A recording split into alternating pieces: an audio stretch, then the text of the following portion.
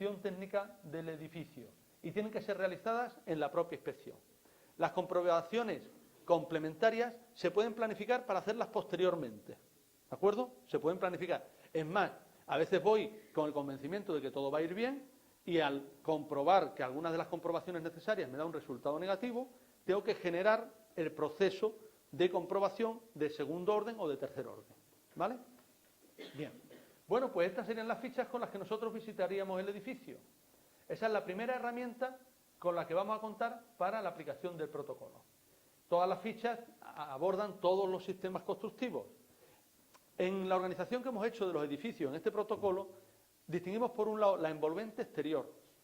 La envolvente es algo del edificio que tiene que ser analizado en sí mismo, con criterios estadísticos o no, pero por sí mismo.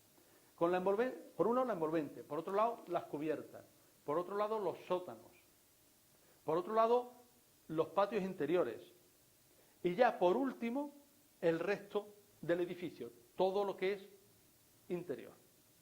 Entonces, cuando yo hago un plan para simplificar el muestreo estadístico del cerramiento, lo hago pensando en el número de ventanas, de balcones, metros cuadrados, etcétera, del cerramiento, de la envolvente. No necesariamente en que solo sea visitable desde el número de departamentos que voy a registrar. Entonces, por un lado, hago la determinación de la muestra para toda la envolvente. La determinación de la muestra para las envolventes de patios interiores. La determinación de la muestra para las cubiertas. La determinación de la muestra para sótanos o cámaras bajo sótanos, bajo forjado. Y luego el resto, que son los soportes, pisos y demás interiores.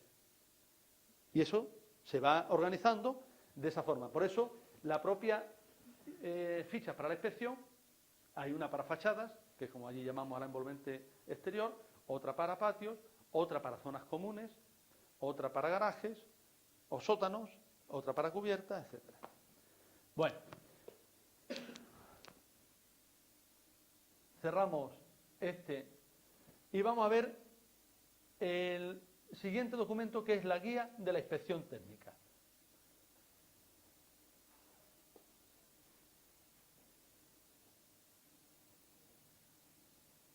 Vamos a ver qué nos dice la guía de la inspección de las fachadas.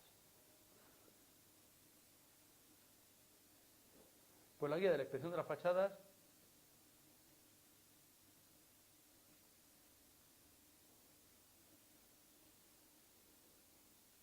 nos dice: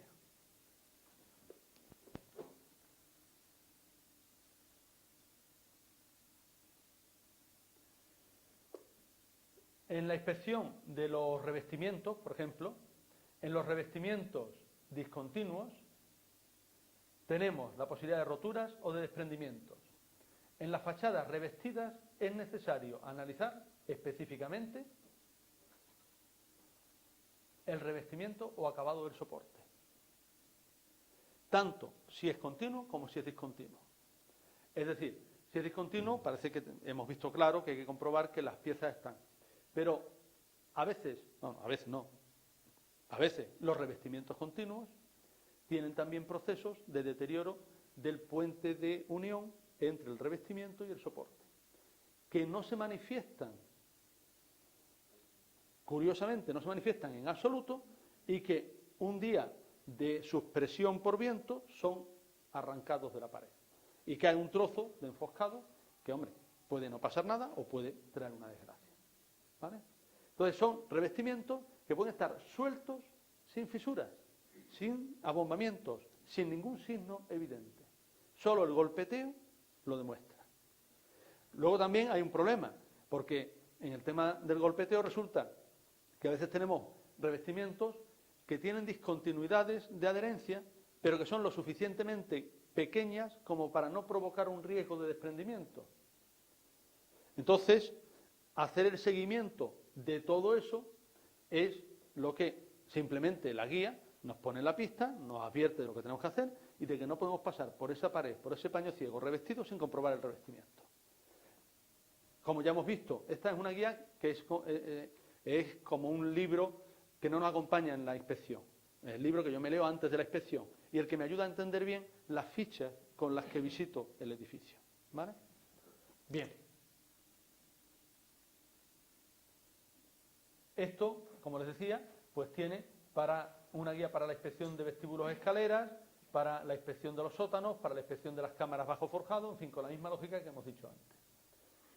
Vamos a ver la aplicación del muestreo estadístico, creo que es interesante.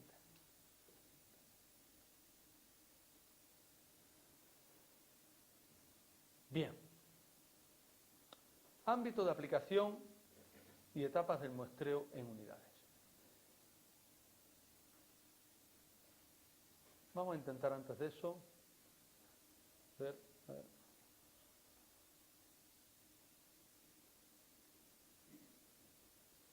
El muestreo estadístico, a ver si está aquí, la ficha, sí, esta ficha es la que les quiero enseñar.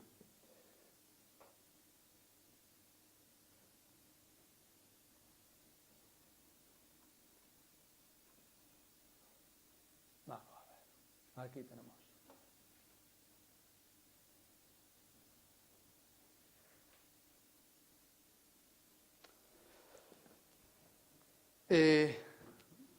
¿Con qué referencia hemos hecho estas tablas? Las hemos hecho referencia con las normas americanas para la determinación de los umbrales de calidad en la producción industrial. Es una referencia razonable, como se podrían haber utilizado otras referencias. Y es una referencia que la hemos extrapolado a la edificación en un proceso, digamos, de rigor científico, donde ha resultado más difícil, probablemente es el punto, sin duda, es el punto de todo el protocolo en el que tuvimos que superar mayor tensión los distintos redactores del protocolo. ¿Por qué les digo esto? Porque un investigador o un científico tiene un perfil y un arquitecto tiene otro.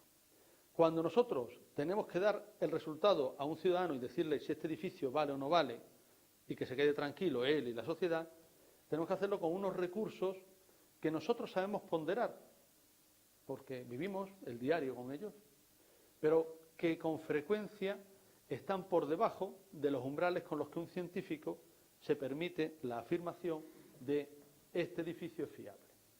Claro, como el protocolo era el protocolo, y allí estábamos científicos y arquitectos de ejercicio profesional, a la hora de traernos unas normas internacionales y trasladarlas a su aplicabilidad, en el caso concreto tuvimos que discutir mucho. Finalmente se hizo, yo creo que de una forma razonable y seria, una transposición que permite, con familias de tamaño también razonable, determinar por lotes la fiabilidad de las comprobaciones. Porque claro, la diferencia entre extender una cualidad de la fabricación industrial a extender la no cualidad defectuosa es distinta. No sé si me explico. Yo fabrico millares de tornillos. Cojo uno de cada 1000, lo mido y mide más de lo que la tolerancia me permite. Entonces resulta que como es solo uno de cada 1000, puedo decir que la medida es correcta al, imagínense, 99,5%. Todos los demás, perfecto, ¿vale? Ahora resulta que cuando yo hago una comprobación en un edificio construido, no compruebo la resistencia del pilar, no compruebo una capacidad o una cualidad en positivo. Intento comprobar la ausencia del defecto. ¿Comprenden? Intento comprobar. A ver cómo se comprueba la ausencia de un defecto. Entonces, ese era el problema. El problema era permitir traernos a esa constatación de la ausencia de un defecto la lógica de la comprobación en positivo de una cualidad cumplida. No sé si me explico en la diferencia.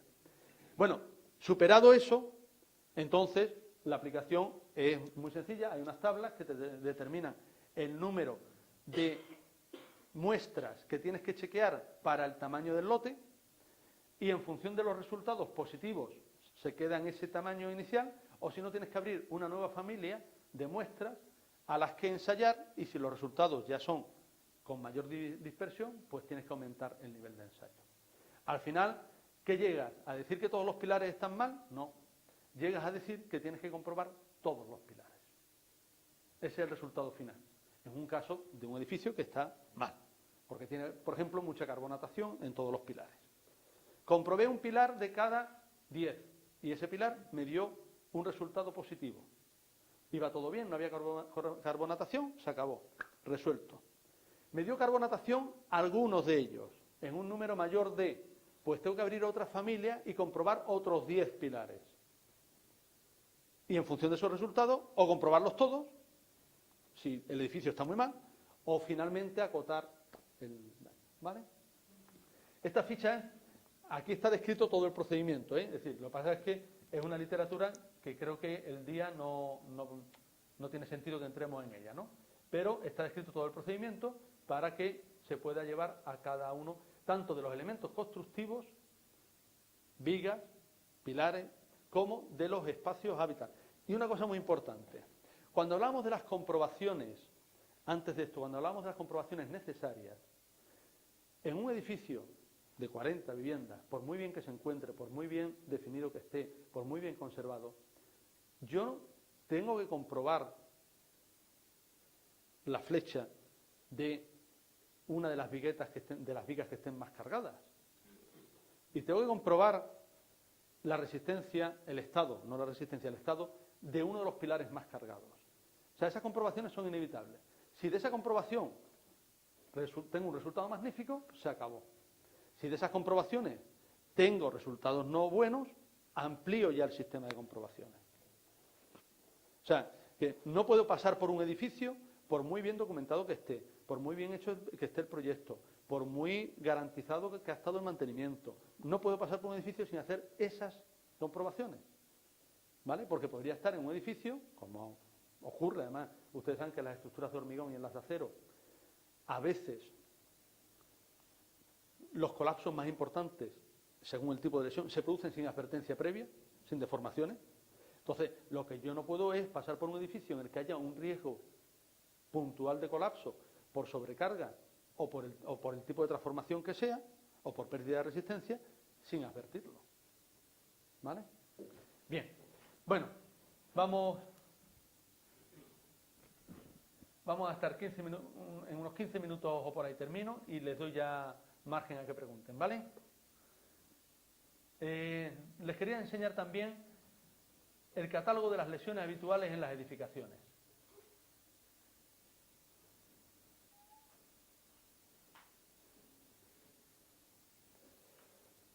Vamos a ver cuáles son las lesiones habituales, por ejemplo, en los muros, en los cerramientos.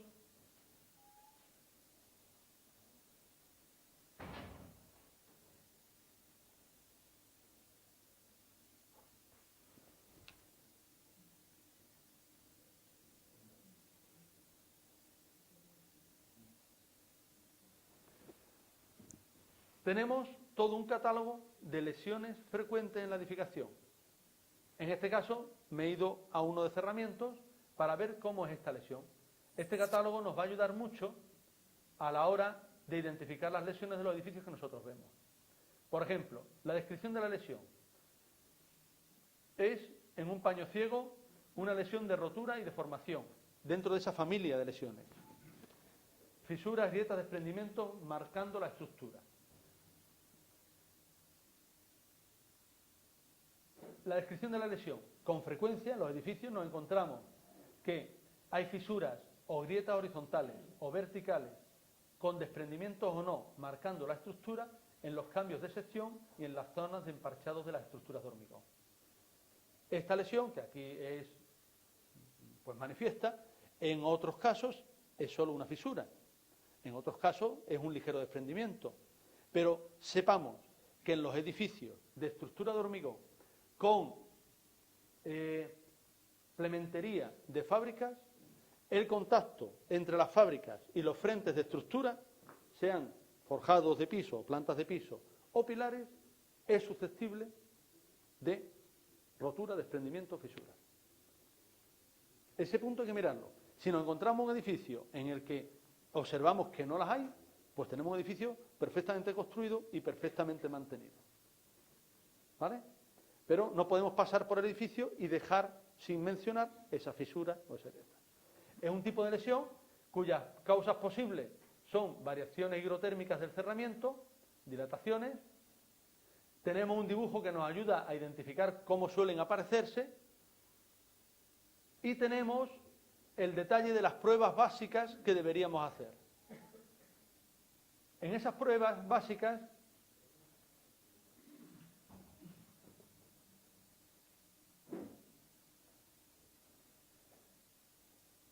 deberíamos dibujar la forma del desprendimiento, medir si es posible las dimensiones máximas, verificar el estado de los elementos restantes mediante golpeteo con una barra metálica y realizar la prueba en elementos superficiales, por ejemplo, una prueba cada 3 metros cuadrados. O en elementos lineales, una prueba cada 3 metros lineales. Es decir, he llegado a un edificio, he visto, siguiendo la información que me da el protocolo, he visto que hay unas fisuras en el contacto de las fábricas con los pilares, perdón, con los forjados, que es más normal. Esas fisuras se pueden producir por muchas causas, aquí se han mencionado algunas, pero hay toda una familia de causas. Bueno, resulta que de esas fisuras compruebo que en un golpeteo hay pérdida de adherencia. Suena hueco, porque podría no haberla, ¿eh? Hay pérdida de adherencia. Entonces tengo que golpear el resto a una frecuencia en elementos lineales, una cada 3 metros. Si se dan más veces las pérdidas de adherencia, entonces tengo que generar una campaña de ensayos mayor. Tendré que, por ejemplo, comprobar la tensión de arrancamiento, porque a lo mejor hay una pérdida de adherencia, pero para arrancar un paquete de ladrillos necesito una tensión que no se va a producir por acción del viento, o que no se produce por acción del viento en ese edificio, pero sí se puede producir en el que está una cuadra a la izquierda, porque está expuesto y tiene un viento de succión distinto. Eso es. ¿Cómo hago las comprobaciones? Pues, hombre, el protocolo te da una referencia que si la sigues, puedes decir que has seguido el protocolo. Bien, este documento es el que llamamos catálogo de lesiones y es extensísimo para todos los sistemas convencionales. Por ejemplo, la verdad es que la mayoría de los sistemas convencionales que están trabajados en el protocolo son de extensión mundial, vamos. Salvo el tema de que en el protocolo hay algo de losas macizas, pero no hay mucho, y no hay de losas con descuelgue de viga. En general, todo lo demás es de una difusión prácticamente internacional.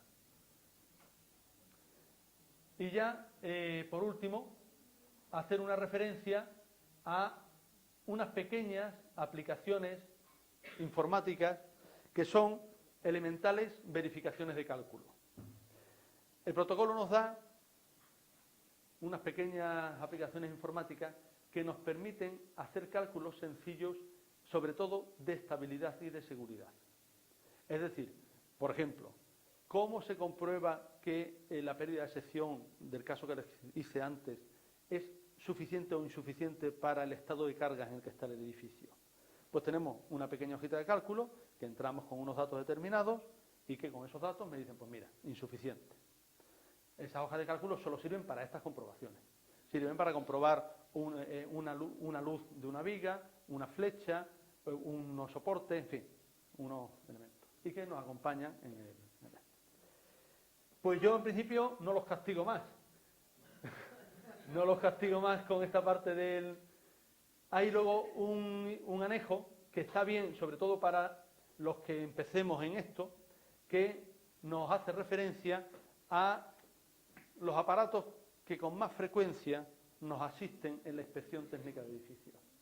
Nos presenta con un humidímetro, algunos de uso muy normal y muy extendido y otros que son un poquito más avanzados.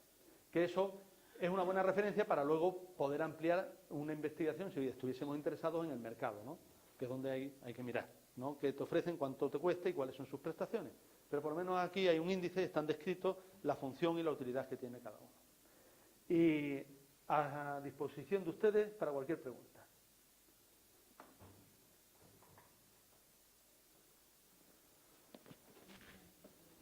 Para romper el hielo. Hola, Jorge, Gali, ¿me escuchan? Sí, Laura, te escuchamos.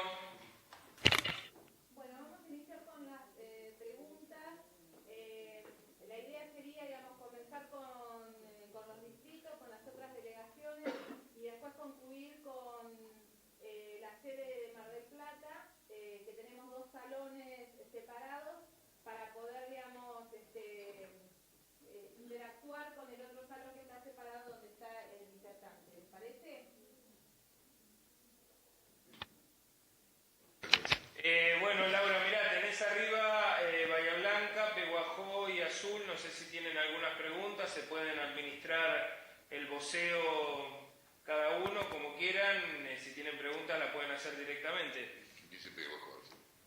Peguajó, ¿tiene alguna pregunta?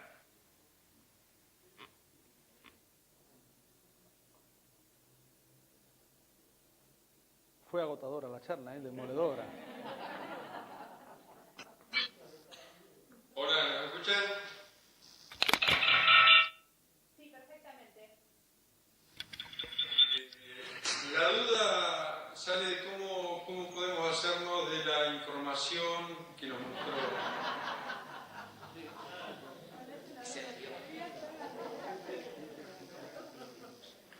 Me alegro de que me hagan esa pregunta. ¿Puedo continuar? Sí, me alegro de que me hagan la pregunta. Esta herramienta es una herramienta que tiene depósito legal y copyright. Se ofrece en un CD que tiene un precio de venta en España para los matriculados en el colegio de 50 euros y que en las mismas condiciones estaría a disposición de cualquier interesado. Es un precio razonable, allí se ha hecho una buena difusión de esta herramienta y estaría eso en un formato CD operativo que permite la impresión de las fichas, el relleno y demás. Así que yo puedo, he traído en el viaje, unos pocos que los tendré mañana aquí por si alguno de ustedes tiene interés. Hoy no me los he traído, pero mañana los traeré y a través del colegio se podrían encargar algunos más. ¿Vale? Y traigo también las facturas, Las facturas que allí son en euros, sin problema. No, es verdad, no tenéis euros. Es verdad, es verdad. Muy bien. ¿Alguna otra pregunta? María Blanca.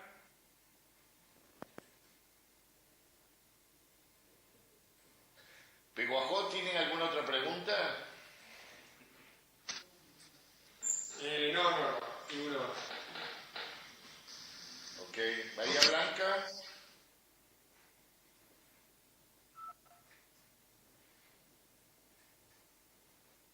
¿Y otro cuál es? ¿Azul? ¿Me escuchan en azul? En azul. ¿Qué dijo? Bueno, listo.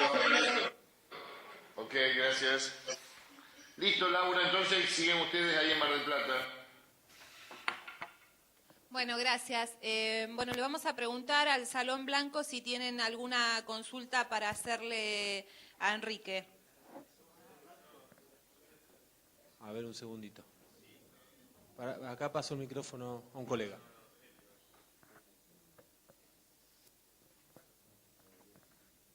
Sí, ¿qué tal? Yo que tenía una consulta respecto al tema cuando usted se refirió a que el edificio, que digamos que la estructura, el colapso, no era previsible, digamos que no había síntomas que hablaran respecto de un posible colapso posterior, cosa que no comparto. Sí. No lo comparto, la verdad. Bien. Pues le puedo hablar de varios casos en los que se puede producir un colapso sin un signo exterior. Por ejemplo, se puede producir colapso sin un signo exterior en el caso de vigas metálicas o de hormigón escondidas bajo cielos falsos, cielos rasos, por ejemplo. No hay signo exterior y se puede producir colapso. Se puede producir colapso por cortante, que es el esfuerzo por el que normalmente se produce colapso, no por fallo de flexión. Y se puede producir colapso por cortante por pérdida de alma resistente en un perfil metálico. Son casos, hay otros muchos, hay colapsos por problemas de cortante en soportes que tienen muy difícil de ver los indicios. En cuanto el soporte de hormigón esté revestido con fábrica de ladrillo, podríamos tener un problema de fisuras por agotamiento a cortante del pilar que no se manifiesten exteriormente. Entonces sí, hay casos de colapsos en los que no resulta visible, no hay ningún síntoma perceptible a primera vista. Claro, una inspección seguro que nos habría llevado a abrir, hacer una cala y observar, o una cata, perdón, y observar cómo estaban esas vigas metálicas que están protegidas por un cielo raso, ver si hay problemas de corrosión. ¿Y hubiéramos escogido cualquiera? Pues no. Habríamos escogido aquellas que estuviesen en la vertical de los cuartos húmedos. Porque si la estructura es metálica y el riesgo de corrosión existe mucho más, en principio, en la proximidad de los cuartos húmedos. No solo por la evidencia de que es donde puede haber agua, sino porque también por los pasos de tuberías a veces tenemos corrientes galvánicas en las que las tuberías conducen y pueden llevar a corrosión. Entonces, hubiésemos hecho un ensayo que hubiese sido dirigido por nuestro conocimiento del edificio, por el estudio previo, por la planificación, y que nos habría puesto en la pista de esa viga jácena que nos iba a dar un problema por falta de alma. De la misma forma podríamos tener un problema, no es este caso, por una sobrecarga producida en el edificio por una obra, una reforma o una transformación. La información previa nos habría puesto en la pista de esa transformación. Damián, ¿hay otra consulta en el Salón Blanco? ¿Alguien más? No, no hay ninguna otra consulta. Bueno, entonces vamos a pasar acá al Zoom. No sé si alguno de los colegas tiene alguna consulta, alguna duda.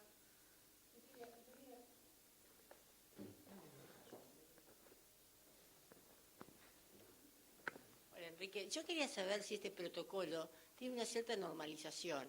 O sea que cuando hay que hacer un trabajo de este tipo, se toman estas mismas medidas o protocolos, está generalizado. Supongamos como acá en Mar del Plata tenemos una norma para hacer los legajos o algo así.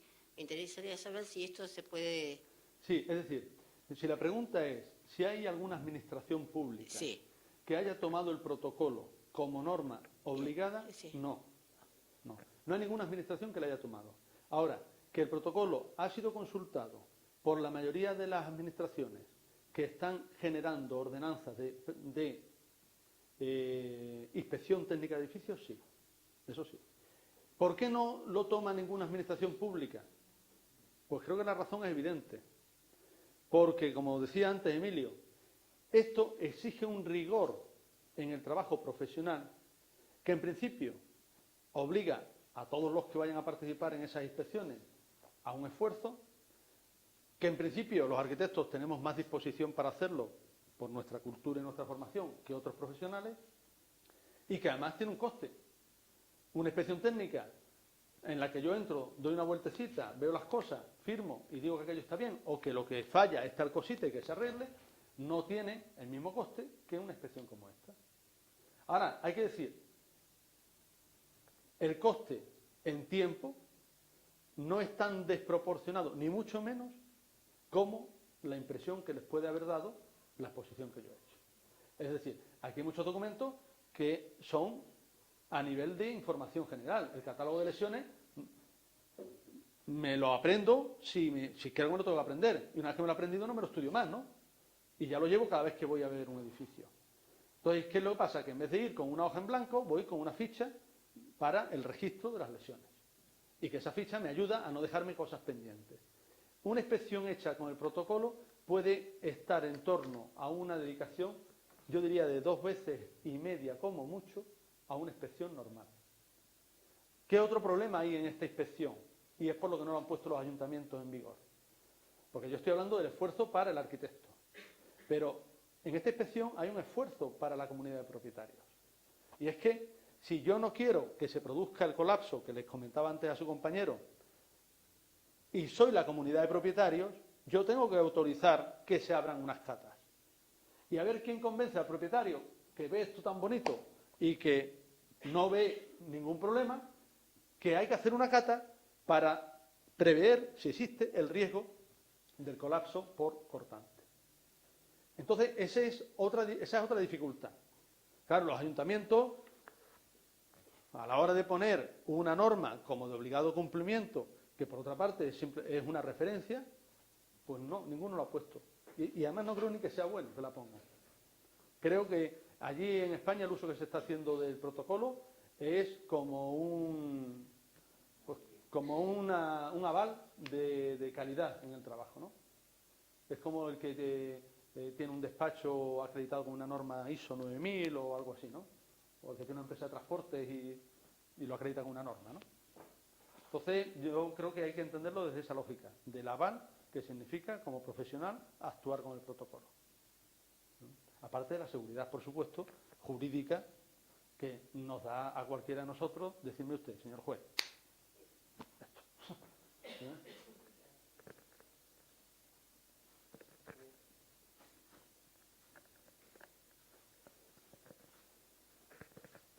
En aquellos casos que el profesional no pueda acceder a un área del edificio, el protocolo seguramente contempla cómo deslindar responsabilidades. Sí. En esos casos,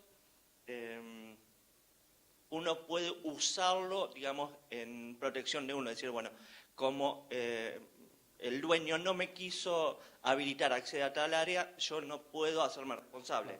Por eso, este es un caso en el que el protocolo nos vuelve a ser especialmente útil. Como yo he identificado el número de estancias iguales, no iguales, como yo voy registrando en el protocolo todo lo que visito, lo que no visito, pues en el momento en el que tengo cerrado el acceso a una parte del edificio que debo inspeccionar, pues lo hago constar y como además está previsto en el protocolo que hay una persona que te encarga y que tiene que firmar contigo la parte de protocolo, el alcance, pues mire usted, yo he hecho una inspección cuyo ámbito, era la primera parte de la planificación de la inspección, es todo el edificio menos la cubierta.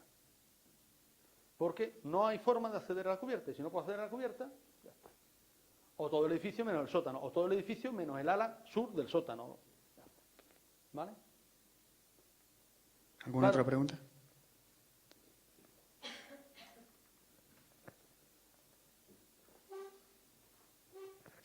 Bueno, acá, Enrique, estoy viendo la tapa del protocolo y en el protocolo dice que la Fundación para la Investigación y la Difusión de la Arquitectura de Sevilla fue partícipe, digamos, de este protocolo. ¿Quiénes conforman esta fundación? Digamos, porque, digamos, conjuntamente con COAS, que es el Colegio Oficial de Arquitectura de Sevilla, digamos. Sería por ahí interesante, digamos, que comentes quiénes han sido los actores principales que han contribuido al desarrollo de esta documentación.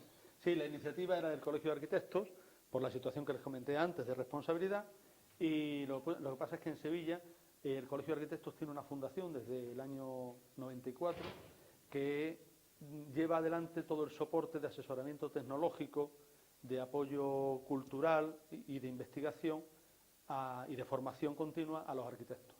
Y entonces ese instrumento, que es la fundación, pues contribuyó con el apoyo científico. Bueno, no hay más preguntas. Digamos, acá se acabaron las preguntas. Bueno, agradecer obviamente al arquitecto Soler.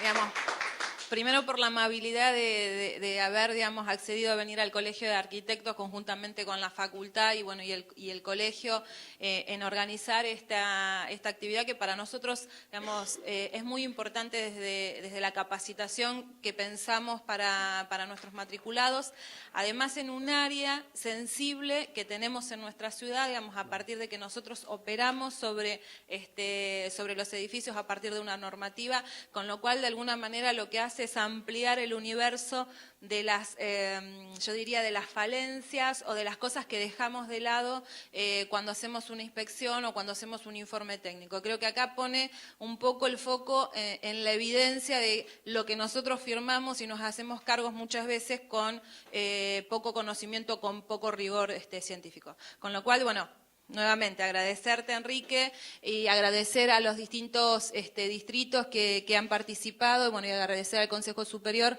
por habernos nuevamente dejado hacer estas actividades de formación a través de la banda del Instituto de Formación Profesional. Así que muchas gracias, les agradezco y les recuerdo que mañana a las 18 horas vamos a tener la próxima charla que va a dictar el arquitecto Leli Feli Fernández, y vamos a retomar nuevamente con esta capacitación de patología para la semana del, si no recuerdo mal, el 21 de agosto, que es un día martes. Así que bueno, muchas gracias a todos y nos estamos viendo mañana. Un placer.